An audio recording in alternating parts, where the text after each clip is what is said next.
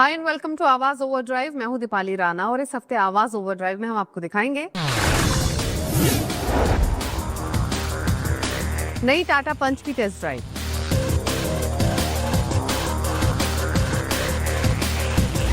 नई Skoda कुशाकर review,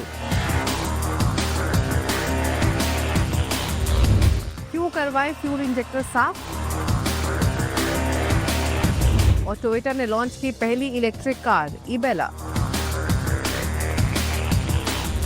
पिछले हफ्ते हमने आपको टाटा पंच की पहली झलक दिखाई थी, डिजाइन से लेकर फीचर्स की बात की थी, लेकिन अब असली सवालों की चर्चा होगी। परफॉर्मेंस कैसी है, हैंडलिंग पहले के मुकाबले कितनी बदली हो, और मोस्ट इंपॉर्टेंट कि नया टर्बो इंजन पंच को कितना पंची बनाता है। ये सब बातें जानने के लिए चलिए मेरे साथ इसकी टेस्ट ड्राइव पर। टाटा मोटर्स की माइक्रो एसयूवी टाटा पंच पहली बार अक्टूबर 2021 में लॉन्च हुई थी और तब से लेकर अब तक ये बेस्ट सेलर रही है। इंटरेस्टिंग ये है कि कई सारे फैक्टर्स हैं जिसने इसकी सेल्स में कंट्रीब्यूट किया। इसके एसयूवी लुक, इसका एक अपराइट रोड प्रेजेंस, इसका केबिन वेल इक्विप्ड था, और ये सबसे अच्छी बात कि प्राइस टैग इसका काफ़ी कॉम्पिटिटिव था, यानी हर किसी के बजट में फिट होने वाली गाड़ी थी। इसके सेल्स नंबर अगर आप देखेंगे तो काफ़ी इंटरेस्टिंग रहे। लॉन्च के विद इन एन ईयर इसने 1 लाख का माइलस्टोन अचीव किया और 4 साल से कम समय में यानी बाय जुलाई 2025 6 लाख से ज़्यादा यूनिट इसकी बिक चुकी थी, जिसमें हालांकि ईवी का भी कॉम्पोजिशन था। इंपॉर्टेंट ये है कि ये पहली माइक्रो एसयूवी रही है या पहली गाड़ी रही है जिसने 4 साल से कम समय में इतनी यूनिट्स बेची। अब कंपनी उसी अपील को और एनहांस करने के लिए इसे फेस लिफ्टेड वर्जन के साथ लेकर आई है, और ये महज सिर्फ एक फेस लिफ्ट वर्जन नहीं है, यानी एक्सटीरियर इंटीरियर में तो ट्विकिंग की ही गई है, लेकिन आपको नया पावर ट्रेन चॉइस भी मिलती है। टाटा मोटर्स की ओवरऑल पीवी सेल्स को देखेंगे तो पंच का कंट्रीब्यूशन लगभग 35% का है, जो कि एक साइजेबल कंट्रीब्यूशन है। और अब नई पावर ट्रेन, नए अपडेट्स के साथ ब्रांड एक्सपेक्ट कर रही है कि ये नए माइलस्टोन अचीव करेगी। बट क्या बदलाव हुए हैं उस पर करते हैं फोकस और शुरुआत करते हैं एक्सटीरियर्स के साथ। टाटा पंच को हमेशा से इसके एक्सटीरियर स्टाइलिंग के लिए पसंद किया गया है। स्मार्टेस्ट लुकिंग गाड़ी है, इसकी लुक एंड फील काफ़ी बेहतर है और उसी लुक एंड फील को रिटेन किया गया है, क्योंकि जो इसकी ओवरऑल डिमेंशंस हैं या ओवरऑल रोड प्रेजेंस है वो पहले जैसी ही है। हालांकि नोटिसेबल चेंजेस आपको फ्रंट में दिखाई देंगे। चेंजेस के तौर पे फ्रंट में आप क्लियरली देखेंगे कि अब इसमें जो फ्रंट बम्पर है वो ऑल टुगेदर न्यू है। आपको उसमें एयर डैम्स भी मिलते हैं, ग्रिल के साइज को अब स्लीक कर दिया गया है, हेडलैम्प का क्लस्टर जो है वो भी नया है। इसके अलावा अब आपको ये वर्टिकल एयर फ्लैप्स मिलते हैं बेटर एरोडायनामिक्स के लिए। थिक ब्लैक क्लेडिंग आपको मिल रही है, और जो ये एयर फ्लैप्स हैं वो भी आउटर एजेस में मौजूद हैं, अगर आप गाड़ी के नोटिस करेंगे। इसके अलावा अगर साइड प्रोफाइल की तरफ बढ़ेंगे तो 16 इंच के अलॉय व्हील्स अभी भी मिलते हैं, लेकिन इनका जो डिज़ाइन है वो पहले से डिफरेंट है, नया है। इसके अलावा बाकी एलिमेंट्स पहले जैसे ही हैं, जैसे कि आपको ब्लैक क्लेडिंग मिलती है, साइड में भी रूफ रेल्स मिल रही हैं। ऑल्दो जो ORVMs हैं इनके साइज़ को स्लाइटली बिगर किया गया है, और डेफिनेटली जो हायर स्पेक वेरिएंट हैं उनमें आपको ये डुअल टोन थीम भी मिलती है। सेकेंड रो में पहले की ही तरह बिहाइंड द विंडोज़ ये हैंडल्स माउंटेड हैं। बेसिकली ये 2 डोर लुक को मिमिक करने का काफ़ी बेहतरीन स्टाइल है। तो ये विजिबल चेंजेस किए हैं, बट जो प्रेजेंस है, जो लुक एंड फील है वो पहले जैसी ही है। एक और बदलाव है, पहले आपको पंच में 186 मिलीमीटर का ग्राउंड क्लियरेंस मिलता था, लेकिन अब आपको 193 मिलीमीटर का ग्राउंड क्लियरेंस मिल रहा है। सिमिलरली जो बूट स्पेस है CNG में या फिर नॉर्मल पेट्रोल में वो पहले जैसा ही है। रेयर प्रोफाइल को देखेंगे तो इसके बम्पर को रिवर्क किया गया है, मैस्कुलर लुक इसको दिया गया है to match overall aesthetic. Thick black cladding मिलती है, faux silver skid plate bottom में मौजूद है और नया रिफ्लेक्टर का डिज़ाइन है। बूट कैपेसिटी की बात करें तो इसमें 366 लीटर का बूट स्पेस पेट्रोल वेरिएंट में मिलता है पहले की ही तरह, और CNG में 210 लीटर का बूट स्पेस है जो कि अनचेंज्ड है। इंपॉर्टेंट ये है कि टाटा क्लेम कर रहा है कि नई पंच में जो वाटर वेडिंग कैपेसिटी है वो 400 मिलीमीटर की है, और इसीलिए नई पंच के साथ हम ऑफ रोडिंग को भी आजमाएंगे।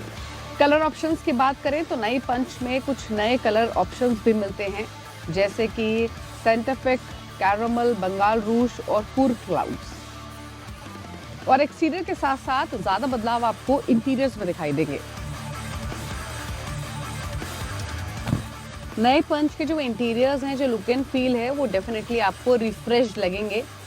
सबसे पहली चीज़ आप नोटिस करेंगे कि आपको डैशबोर्ड में 2 पैनल्स पर ये वाइट इंसर्ट्स मिलते हैं। जो इसका स्टीयरिंग है वो न्यू है, ये 2 स्पोक स्टीयरिंग व्हील है विद इल्यूमिनेटेड टाटा लोगो। ये आपने लेटेस्ट टाटा कार्स में भी देखा है। 10.25 इंच का इंफोटेनमेंट स्क्रीन है, 7 इंच का डिजिटल इंस्ट्रूमेंट क्लस्टर है, ये आपको पुरानी पंच में नहीं मिलता था। इसके अलावा एक complete touch panel climate control के लिए यहाँ पर सेंट्रल कंसोल में या डैशबोर्ड में माउंटेड है। वायरलेस चार्जर आपको मिल रहा है, wireless Android auto, Apple CarPlay support मिल रहा है। सी टाइप चार्जिंग पोर्ट भी अब आपको दिया गया है। इसके अलावा जो सीट्स हैं वो पहले से ज़्यादा अब कंफर्टेबल हैं, यानी इनफैक्ट अगर आप देखेंगे कि जो थाई सपोर्ट है वो भी अब आपको इसमें एक्सटेंडेड मिल रही है। जो सीट की कुशनिंग है, जो क्लैडिंग है, वो अब पहले के मुकाबले ज़्यादा थिक है। सिमिलरली अगर आप आर्मरेस्ट देखेंगे तो ये आपको ज़्यादा कुशनिंग यहाँ पर प्रोवाइड करता है। इसके अलावा अब आपको इसमें 360 डिग्री कैमरा मिल रहा है, 8 स्पीकर साउंड सिस्टम मिल रहा है, सिंगल पेन सनरूफ मिलती है। हालांकि सिंगल पेन सनरूफ अगर आप लेते हैं तो इसके लिए आपको डेफिनेटली एक्स्ट्रा पे करना होगा। इसके अलावा वो फीचर्स जो कि आउटगोइंग पंच से कैरी फॉरवर्ड किए गए हैं, उसमें automatic air conditioning, push button start, automatic headlights, rain sensing wipers, cruise control जैसे फीचर्स हैं। इसके अलावा मल्टीपल ड्राइव मोड्स तो आपको मिलते हैं ही, और साथ ही इलेक्ट्रिकली एडजस्टेबल ORVM भी हैं। सेकेंड रो की सीट में स्पेस तो आपको पहले जैसा ही मिल रहा है, लेकिन जो सीट्स की कुशनिंग है वो फ्रंट रो की सीट्स जैसी है, जो कि पहले के मुकाबले बेटर है। ज़्यादा कुशनिंग अब आपको लैंड करती हैं। थाई सपोर्ट आपको काफ़ी अच्छा मिल रहा है। इसके अलावा जो पोजीशनिंग है रेयर AC वेंट्स की वो भी चेंज की गई है ब्रांड के मुताबिक। अब जो ब्लोअर की हवा है वो सीधे चेस्ट और फेस पर मिलेगी रेयर पैसेंजर्स के। यहाँ आपको C टाइप चार्जिंग पोर्ट मिल रहा है। इसके अलावा यहाँ ये मैगजीन होल्डर पीछे की तरफ मौजूद है। जो वाइट इंसर्ट्स फ्रंट डोर्स में थे वो सेकेंड रो की सीट्स में भी आपको हैंडल्स पर ये वाइट इंसर्ट्स मिलते हैं। 3 पॉइंट सीट बेल्ट मिल रही है, यानी 3 पैसेंजर्स के लिए स्पेस क्रिएट किया गया है। बट जो ओवरऑल फील है सेकेंड रो का वो पहले जैसा ही है।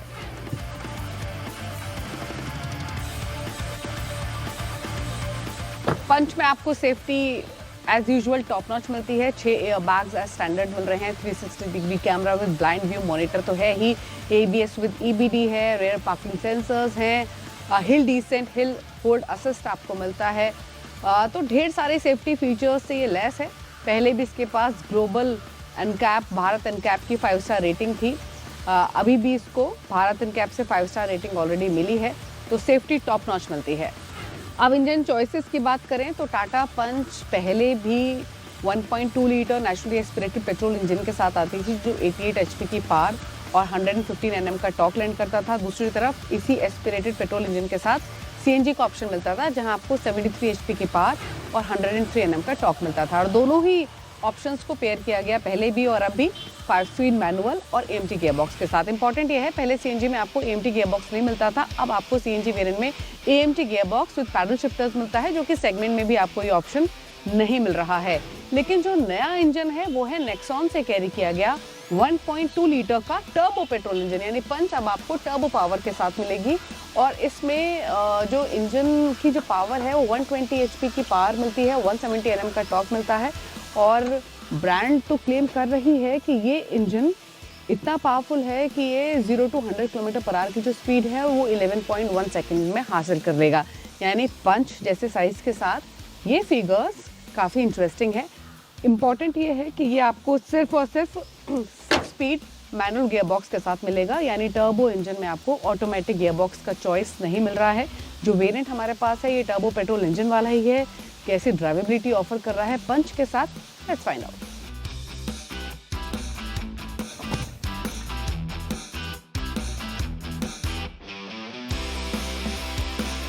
टाटा पंच में आपको 6 स्पीड मैनुअल गियरबॉक्स मिलता है। हालांकि अगर आप पंच के टर्बो पेट्रोल राइवल्स को देखेंगे तो वहां आपको टॉर्क कन्वर्टर या फिर CVT गियरबॉक्स मिलते हैं।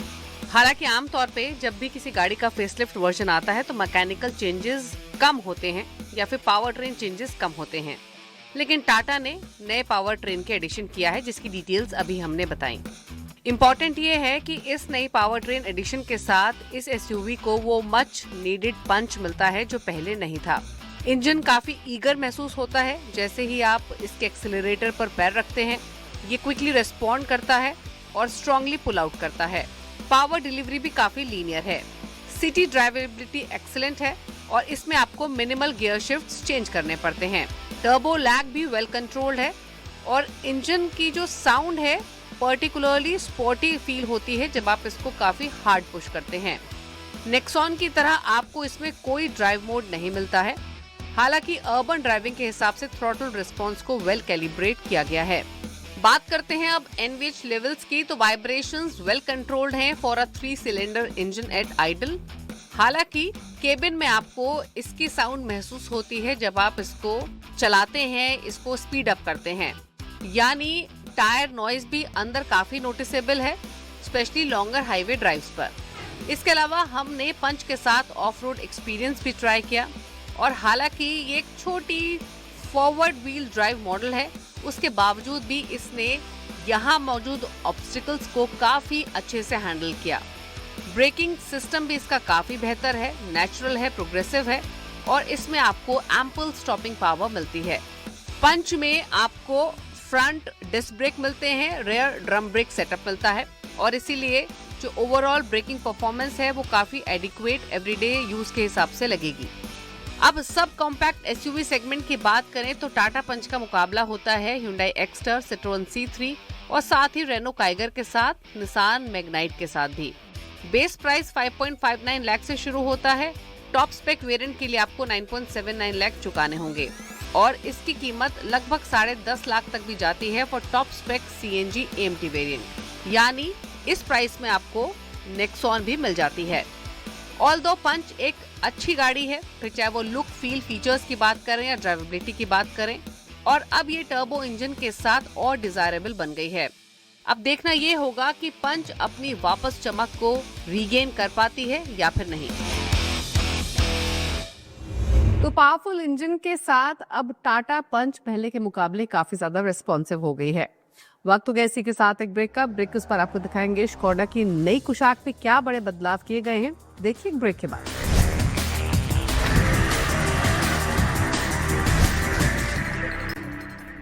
ब्रेक के बाद आपका स्वागत है। आप देख रहे हैं आवाज ओवर ड्राइव। अब यहाँ से सीधे रुक करते हैं उन तमाम खबरों का जो इस हफ्ते ऑटो जगत में सुर्खियों में रही। ऑटो इंडस्ट्री में इस हफ्ते कई खबरें सुर्खियों में रही। पहली खबर है टोयोटा की तरफ से। जी हाँ, टोयोटा ने अपनी पहली इलेक्ट्रिक कार ई-बेला को लॉन्च कर दिया है और मैं आपको बता दूं जो ई-बेला है सेम मारुति ई-विटारा है, सिर्फ नाम चेंज कर दिया है कंपनी ने और इसे नाम रखा है अर्बन क्रूजर ई-बेला। इसमें सेम मारुति ई-विटारा की तरह 49 किलोवाट और 61 किलोवाट का बैटरी पैक दिया गया है और कंपनी ये कहना है कि जो इसकी रेंज है 543 किलोमीटर है। कंपनी ने अभी से कीमत खुलासा नहीं किया है और आने वाले दिनों में कंपनी से कीमत खुलासा करेगी और सीधा मुकाबला क्रेटा जो इलेक्ट्रिक है उससे है, महिंद्रा की BE6 उससे है, विनफास्ट जो VF6 उससे है। अब देखना होगा कि कंपनी से कीमत कितनी रखती है और कब इसे लॉन्च करती है।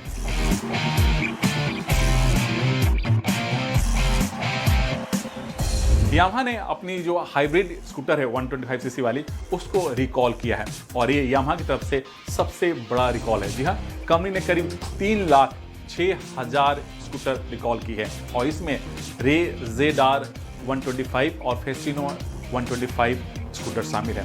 कंपनी ये कहना है कि इन दोनों स्कूटर के फ्रंट ब्रेक में खराबी की वजह से कंपनी से रिकॉल की है और ये वो स्कूटर है जो 2 मई 2024 से लेकर के 3 सितंबर 2025 तक प्रोडक्शन हुई वाली जो स्कूटर है उनमें एक खराबी पाया गया और कंपनी इसे फ्री में ठीक करके ग्राहकों को देगी।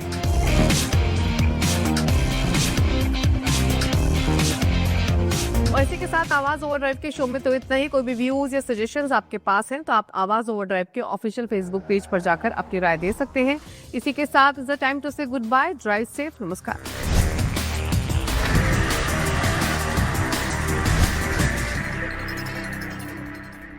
Co-powered by SBI.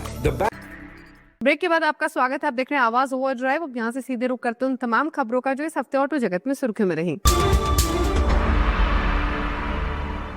Auto industry में इस हफ्ते कई खबरें सुर्खियों में रही। पहली खबर है टोयोटा की तरफ से। जी हाँ, टोयोटा ने अपनी पहली इलेक्ट्रिक कार ई बेला को लॉन्च कर दिया है। और मैं आपको बता दूं, जो ई बेला है सेम मारुति ई विटारा है, सिर्फ नाम चेंज कर दिया है कंपनी ने और इसे नाम रखा है अर्बन क्रूजर ई बेला। इसमें सेम मारुति ई विटारा की तरह 49 किलोवाट और 61 किलोवाट का बैटरी पैक दिया गया है और कंपनी का कहना है कि जो इसकी रेंज है 543 किलोमीटर है। कंपनी ने अभी से कीमत खुलासा नहीं किया है और आने वाले दिनों में कंपनी से कीमत खुलासा करेगी और सीधा मुकाबला क्रेटा जो इलेक्ट्रिक है उससे है, महिंद्रा की BE6 उससे है, विनफास्ट जो VF6 उससे है। अब देखना होगा कि कंपनी इसकी कीमत कितनी रखती है और कब इसे लॉन्च करती है।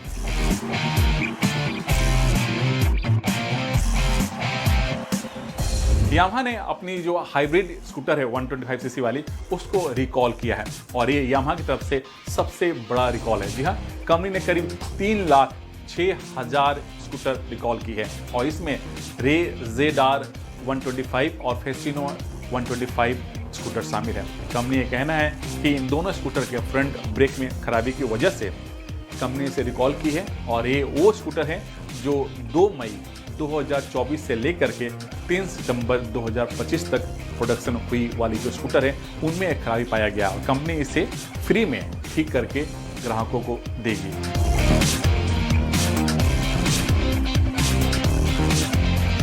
और इसी के साथ आवाज ओवरड्राइव के शो में तो इतना ही। कोई भी व्यूज या सजेशंस आपके पास हैं तो आप आवाज ओवरड्राइव के ऑफिशियल फेसबुक पेज पर जाकर अपनी राय दे सकते हैं। इसी के साथ इज द टाइम टू से गुड बाय। Drive safe. नमस्कार।